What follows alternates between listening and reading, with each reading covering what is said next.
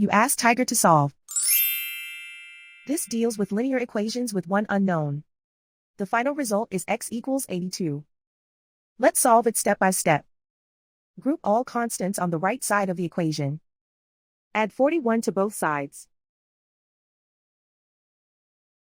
Simplify the arithmetic.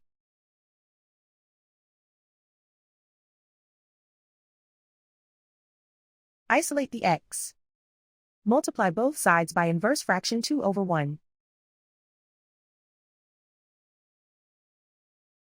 Group like terms. Multiply the coefficients. Simplify the fraction. Simplify the arithmetic. And so the final result is x equals 82.